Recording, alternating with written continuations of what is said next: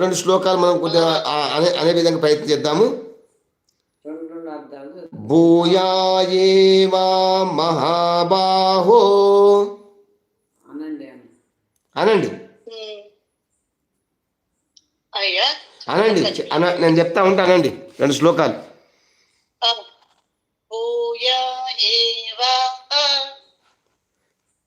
ఓం భూయ ఏవా మహాబాహో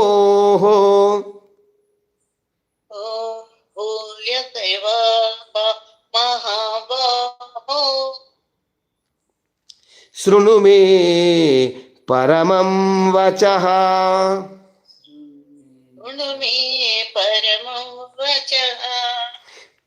యత్తేహం ప్రియమానాయ